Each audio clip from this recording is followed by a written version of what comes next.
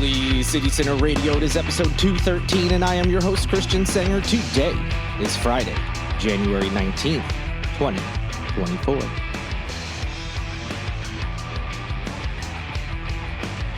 We are on the precipice of the weekend. It is Friday. Just got to get through your workday if you haven't already.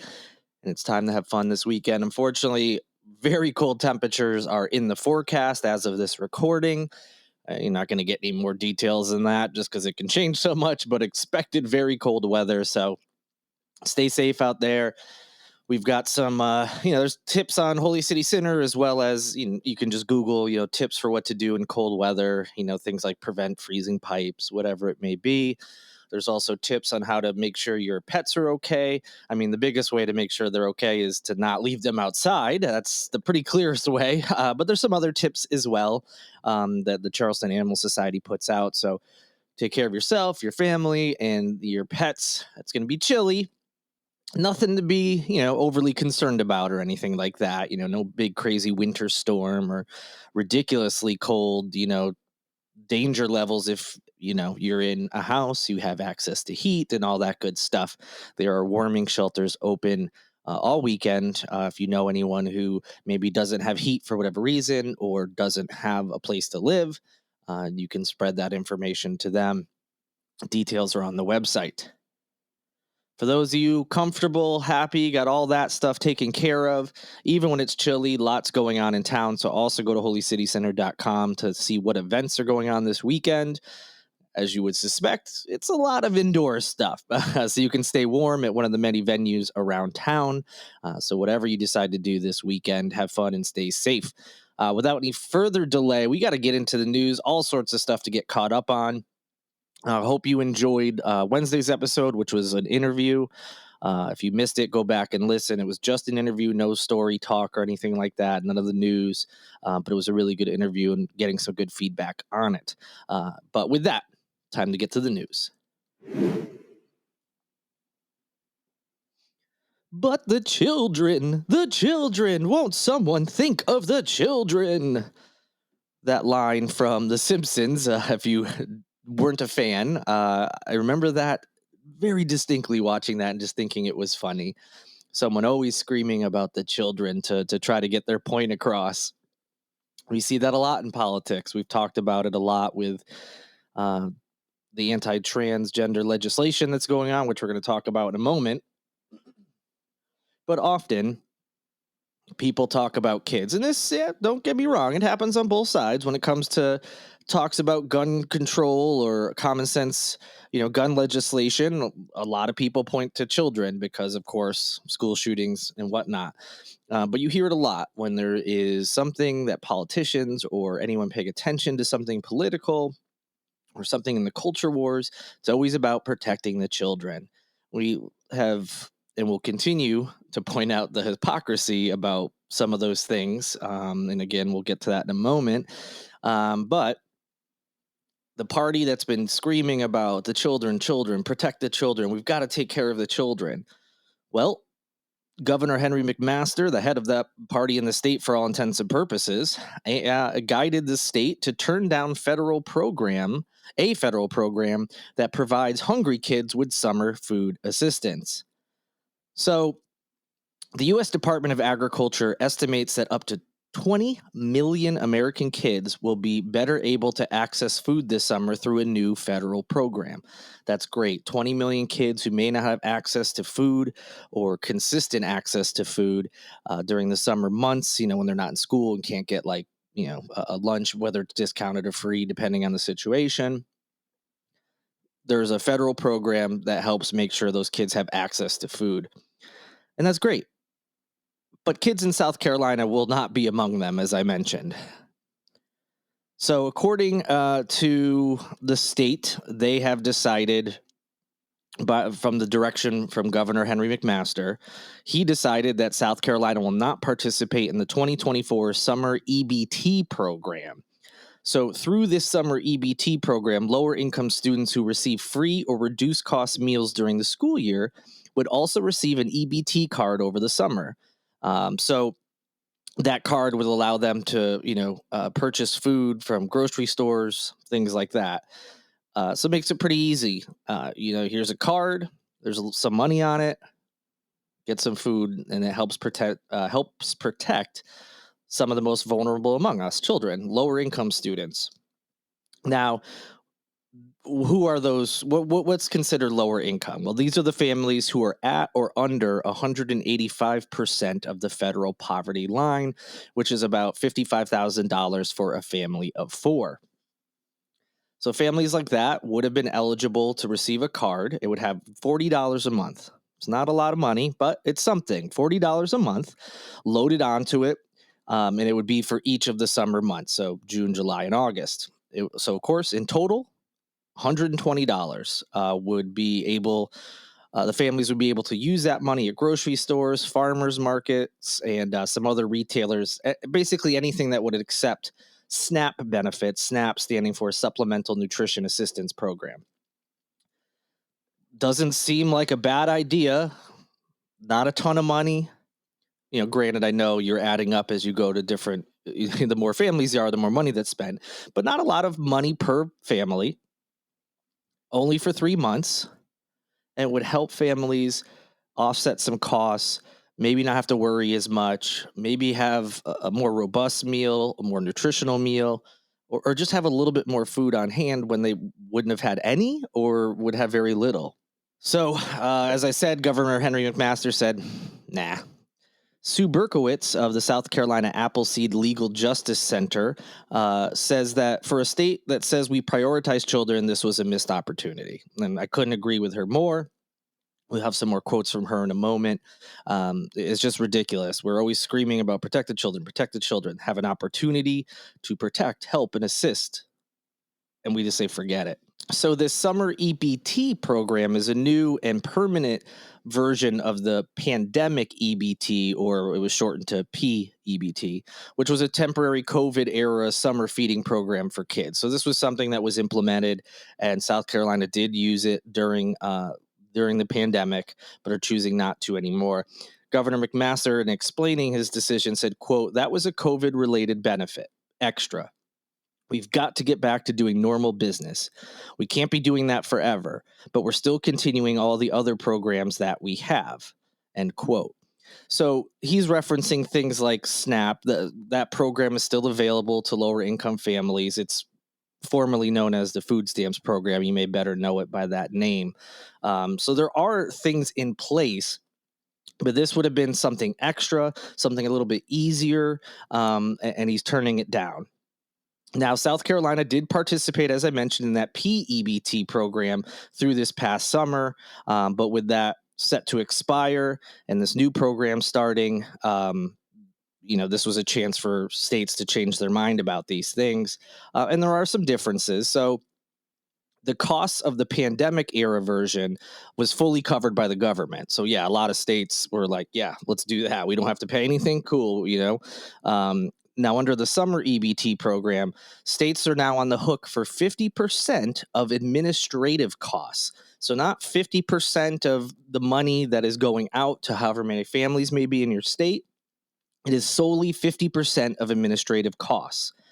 So yes, there would have been the program they were using during the pandemic, no cost to the state. This would have had some cost, not anything wild. Again, not even having to pay for that $120 per family for a 3-month window. So it's not like this astronomical thing, but some people were trying to make excuses saying, "Oh, well, the budget, we're not really finished with the budget yet," and the USDA wanted to know before January 1st what states were going to participate, so they could start planning and getting things in place.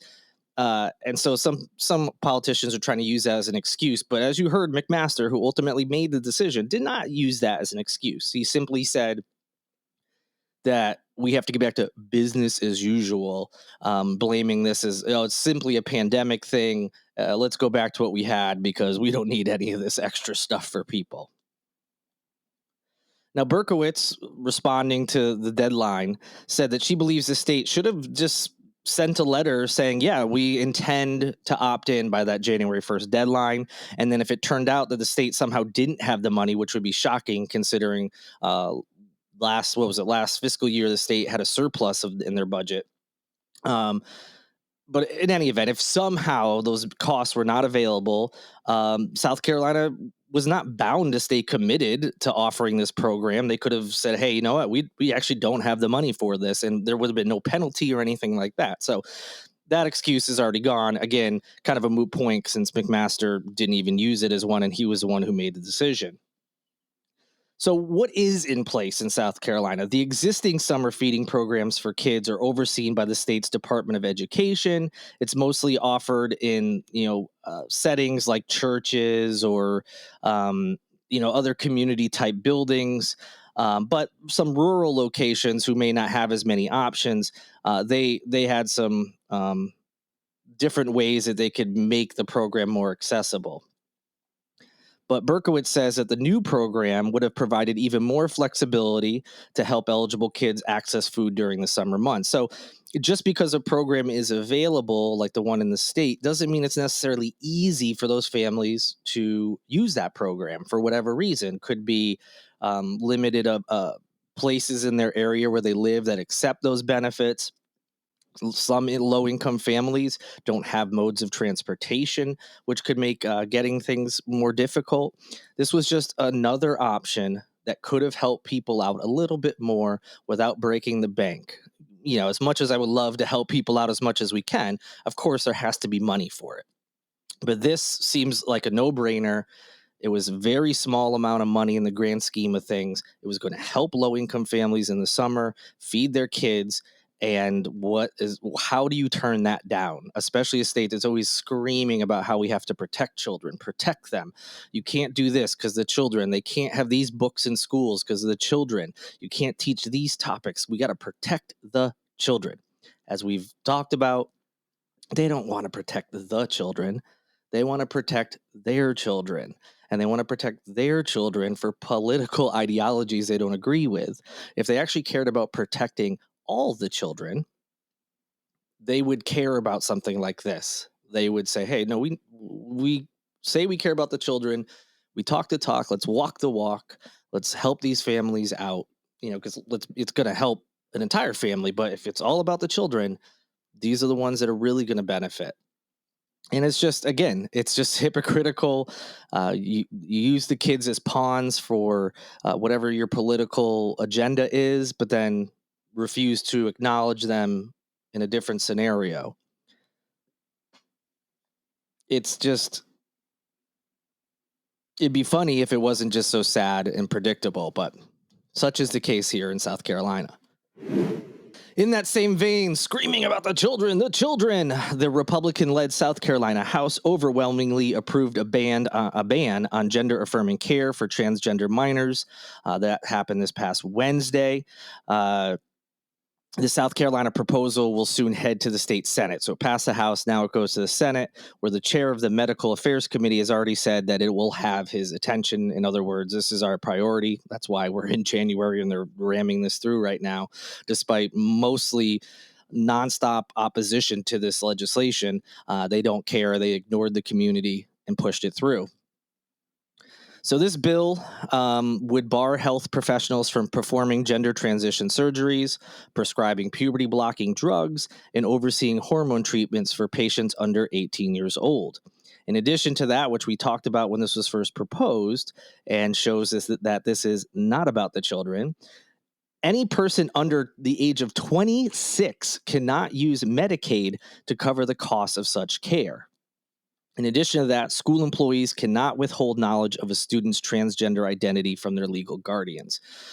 So putting aside that first part where, we've already talked about this stuff is actually gender affirming care when done right is been shown in multiple studies to benefit children. So putting that aside, let's protect the children, and then voting for something that will do the opposite, which again is showing like they don't care about the children, just their children. The fact that this back half, putting children in potential danger by making their teachers out them, maybe their legal guardians, whoever they may be, are extreme in their views towards the LGBTQ community. A lot of kids in that community end up homeless, kicked out of their house, staying with friends because they're family doesn't approve of who they are. And so, again, that's not protecting those children either. That's protecting the feelings of some potentially bigoted parents. But again, okay, all right, let's chalk it all up. It's all about the children under the age of 18, sure, whatever. But that part about no one under the age of 26 can use Medicaid to cover the costs of such care, that gives it away right there. Since when is a child 26? 18 is when you legally become adult. And I get it. A lot of us were not very bright at 18. A lot of us were not super mature at 18 or further than that. But that does not matter. The point is, at 18, that is when you are a legal adult in this country. So 18 to 26, you are not a child as far as the law is concerned, as far as that's, again, we all know maturity issues, but that extends. I'm 40 and I'm still very immature. So, you can't really judge something like that. So that's why they have the age, of course. But it, again, just shows it's not about the children. It's just their bigoted view, and they're just trying to use children as a pawn to get people who don't realize the full scope of what they're trying to do to buy in to supporting these bills. As I mentioned, doctors and parents told lawmakers last week that such treatment could be life-saving, allowing young transgender people to live more fulfilling lives. They emphasize that people younger than 18 currently do not receive gender transition surgeries in South Carolina anyway, so there really is no need to ban it. It's not happening. And hormone treatments begin only after extensive consultation with health professionals. So again, this isn't just willy-nilly. A 14-year-old shows up and gets a surgery, gender transitioning surgery, or gets hormone treatment. It's a whole long process that takes sometimes years to even get past just a consultation, the speaking with a therapist. There's a lot of factors that go into it. This is a whole boogeyman issue, and they testified to this. It didn't matter. Research has also shown that transgender youth and adults are prone to stress, depression, and suicidal behavior when they are forced to live as the sex they are assigned at birth. So the whole, oh, they're mentally ill. No, they are more prone to things like stress, depression, and suicidal behavior, not because they're transgender, but because people like these politicians look down on them, make them feel less than, make laws preventing them from being able to move to who they are. And that's why they have those issues. If they were allowed to explore the options that are available to them in a safe environment, a medical environment, they're less likely to have those types of issues because they're being treated as humans and being taken care of. Again, not about protecting the children. They do not care. In opposition to that research, one Republican, a South Carolina rep by the name of John McCravey, who was a co-sponsor of this legislation, said that, quote, unpublished evidence, unquote, shows puberty blockers increase self-harm. And he also was crying out about the banned treatments being irreversible. There's a reason he said unpublished evidence, because one, he's either making it up. Two, he found something online that's fake. It's not an actual study. And until it is published, it means nothing, if it even exists and is real. Published research, peer-reviewed research, that's how things work in the medical community. When tests are run, other other doctors, other medical professionals, whoever's in that field, all that stuff gets peer-reviewed. When it's peer-reviewed and backed up, and then there's subsequent studies that are done using the same methods or one similar to it, and then those are peer-reviewed and published, that's when you can really, and yes, of course, mistakes get made from time to time. But there is multiple studies that have been peer-reviewed that show that this gender-affirming care is a net good, and not even net good like, oh, just barely. Like, it's proven that this type of care helps, as we said earlier, just helps those patients be happier, helps them be healthier mentally, specifically, because they are being the person who they are, not being forced to be someone they're not, so on and so forth. So there's a reason he's using this whole unpublished evidence, because it's either not real, it's just bunk, science, made up, whatever it is. He really showed his cards even more because he went on to describe transgender children as, quote, mentally disturbed youth, end quote, who are in need of protection from, quote, mutilation, unquote. This is a narrative that you hear a lot, and expert panels in the nation's major medical associations have all said is false. Despite all major medical associations saying these things, despite the mountain of evidence that has been presented to these folks in the House, they don't care. They believe they know better. They believe that this is, if they don't really know what to believe, they know it's politically good for them to fight this culture war.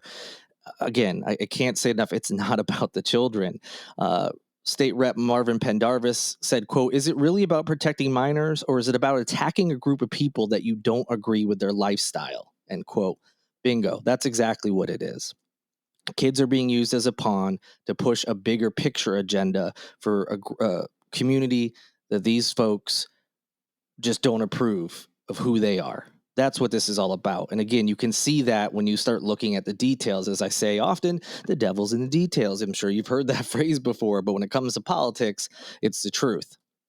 When you start thinking, okay, this is reasonable. Yeah, protect the children. Yeah, okay, that makes sense. They probably shouldn't have surgery before 18. I get that. Yeah, okay, no, this makes sense. But then when you start getting into it, you're like, wait, what is this part about adults not being able to use Medicaid? Wait, what is this thing? You realize, oh no, that's not really what this is about at all. If you're wondering, the bill would allow medical licensing boards to discipline healthcare professionals who provide any of these banned treatments if this gets passed. So there could be some kind of punishment for any doctors who ignore this if it does go into law. It does not expose medical providers to criminal liability, though, which Florida is doing. It also won't expose medical providers to civil liability, which is what we're seeing in Georgia. So again, it's one step closer. It now moves to the Senate. There's no reason to believe it won't pass and pass quickly. And then it will go to Governor McMaster, which again, no indication that he will do anything but sign it as soon as he can. So contact your state senators. Let them know what you feel about this. I know it feels like a losing battle, but perhaps the state Senate will be a little bit more receptive to these things. The Senate tends to be a little bit more professional and not as crazy as the House can be. A lot of the times, the South Carolina State House, not unlike the House of Representatives on the federal level, is a little bit more bonkers than the Senate versions are. So who knows?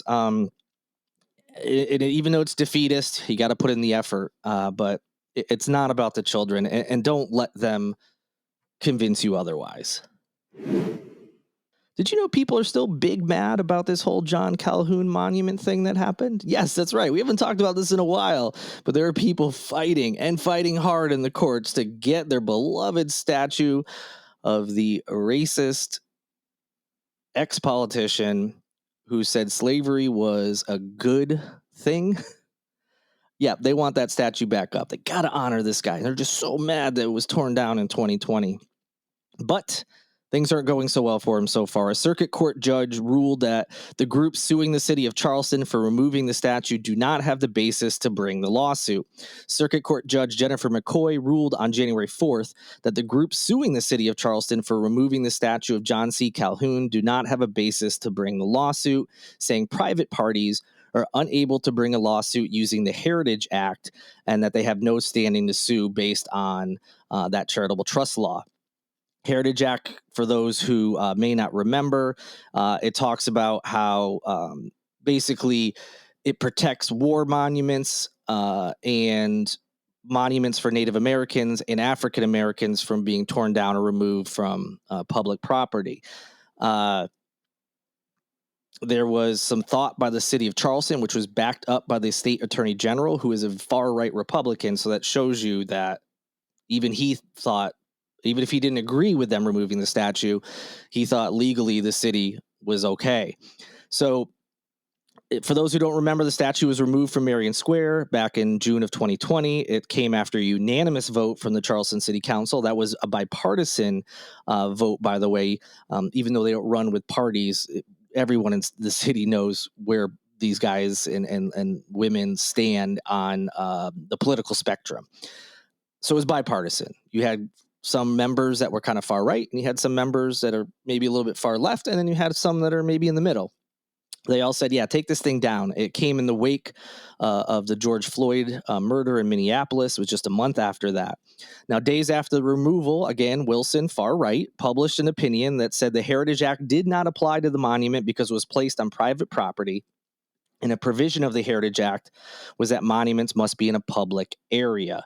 Additionally, the first provision of the law protects, as I said, war monuments and monuments for Native Americans and African Americans. In his 2020 opinion, Wilson said that John C. Calhoun does not fall under any of those categories, which is true. Although a lot of people associate John C. Calhoun because of his love of slavery, they associate with him as being someone that was big in the Civil War. Well, he wasn't even alive during it.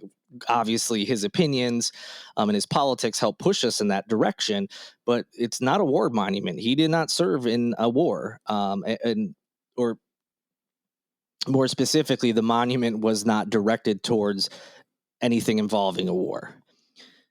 He's also not a Native American, and he also is not an African American, so it doesn't fall under that opinion. So if Alan Wilson, a far-right attorney general, agrees that the city of Charleston did the right thing, the city of Charleston probably did the right thing, because he has every reason to play politics and culture war, and trust me, he doesn't ignore those chances often. He had every opportunity to do that, and he knew that the law was not on his side, and knew that the city of Charleston was in the clear and was able to remove it. So that should tell you all you need to know. Now, as recently as February of 2022, the city has been in talks with the South Carolina State Museum in Columbia to potentially move the statue up there. We'll see what happens, but a big blow was dealt to these groups suing the city. I'm on their email list. They have a big rally planned where they're selling like tickets for thousands of dollars in some instances, and they have some speakers, people you would expect, that will be talking in favor of bringing the statue back and blah, blah, blah, blah, blah. So they're not giving up, and they plan on, appeals and trying other methods. So this isn't going away. They're going to keep trying to sue until they can get their precious statue back. So I'll keep you posted on any developments. But so far, the law has been on the city of Charleston side.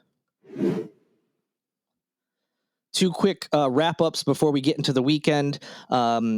Nancy Mace, Representative District 1, her former top aide is debating becoming a primary challenger to her, setting up what could be one of the campaign season's most bitter clashes, as you're going to have two people in the same party, of course. We see that in primaries. Things can get a little testy. But when your former top aide is going to run against you, potentially, that could set off some fireworks. That former top aide is Dan Hanlon, who served as chief of staff to Mace until late last month. He's been meeting with potential donors, according to Politico, and other people that could be on his team if he decides to go ahead and run, and he's weighing that decision right now. Hanlon became Mace's chief in 2022. He rose pretty quickly to that top spot in her office in D.C. after serving in the Trump administration for 4 years. So when your top aide is debating primarying you, yikes. Goes back to all the stories we've talked about before, the complaints from her staff, whether it be their work requirements being a little ridiculous, the whole national Nancy thing she's focused on. I just want to be on TV. I just want to be famous. I don't really care about legislation, basically. That's the gist of it. And this kind of is showing that a lot of those reporting seems to be accurate. And the fact that she's had a lot of staffers quit. Well, now, not only is one quit, and not only was it her top aide, he is going so far as to run against her. So it seems to lend, if you didn't believe some of those stories, a lot of people don't like stories when the sources are anonymous. They're trying to protect themselves and things like that. And I understand that aversion to some of those stories. But these types of things are starting to show that, yeah, you know what? That was probably true, because it takes a lot for an incumbent to be primaried, period. But when your former chief of staff essentially is coming at for you, yikes, that doesn't... I'm sure it's happened maybe sometime in history, but I couldn't tell you the last time. And the final quick political roundup, U.S. Representative Jeff Duncan, also a Republican, said on Wednesday he will not run for an 8th term. His district is solidly Republican. So before anybody who may disagree with Representative Duncan and his stance on things, no need to celebrate. It is a very solid Republican district. The seat will probably be filled by another one. But this is big news because he had, multiple terms, 7 terms. So that's a big news when someone who's been in office that long decides to no longer, take part in politics, at least in this fashion. He ran for office. He claims after the September 2001 terrorist attacks kind of motivated him to run for office. He wanted to serve his country. Eventually, he was elected to that 3rd district. It's mostly a rural area in the northern and western part of the state. It includes places like Greenwood, Anderson, Edgefield, and Easley. A Democrat has not won that district since Lindsey Graham, of all people, flipped the seat back in 1994. So that's what that outlook is. Now, for those who are unfamiliar with Duncan, he was a Tea Party Republican, if you remember that group of folks, which he's now kind of morphed into a MAGA Republican. He tweets some ridiculous things, says some ridiculous things. So even if you don't remember, you can go find some of the things he's done. For instance, he wore a mask reading "Let's Go Brandon," which is a popular coded message basically that just is an insult to Joe Biden. Okay, whatever. Politicians play little games like that all the time, but he also he firmly opposes abortion in all forms, and that includes his opposition to any exceptions. Does not care. He thinks there should not be exceptions for rape, incest, or saving the life of the mother. So an extremist in that sense. He co-sponsored a congressional resolution to amend the Constitution to ban same-sex marriage. That was back in 2015. That's right. He wanted to ban same-sex marriage via the Constitution. He also supported the repeal of the Affordable Care Act, voting on numerous occasions to repeal it, which would have left millions, if I forget the number, but millions, I believe, of people without health care.